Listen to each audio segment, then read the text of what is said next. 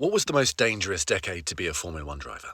Well, it was undoubtedly the 1960s. The sport had grown massively since its inception in the 50s and was now fully international. It was really popular. The speeds were much faster because the engines were effectively bigger, the cars were lighter, they were going faster, but there was almost no consideration for safety, seemingly. A lot of the tracks didn't even have an ambulance at them.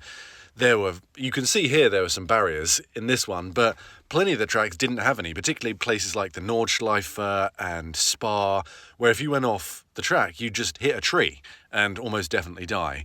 The fuel tanks had very thin walls, so most people died in fires.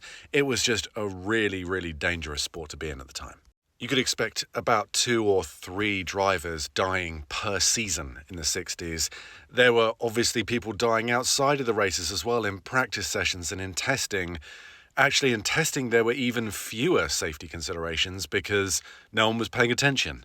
So, a pretty dangerous time. But hang on, Jamie, weren't there more drivers per race back in the past? Well, yes, that's true, but also there were fewer races per season. So, if you do the maths, it kind of works out. It's either way, 2 or 3 people were dying per season, right? The last tragedy we had was, of course, Jules Bianchi in 2014. Absolutely horrendous accident that he eventually succumbed to a few months later. I think it was like 6 months later. But now with, of course, all the safety considerations for the cars and the tracks and the training of the marshals and helicopters taking people to hospitals immediately, it's almost unrecognizable as a sport compared to the 1960s. And one of the people responsible for these safety improvements is this guy. This is Sir Jackie Stewart back in the 1960s.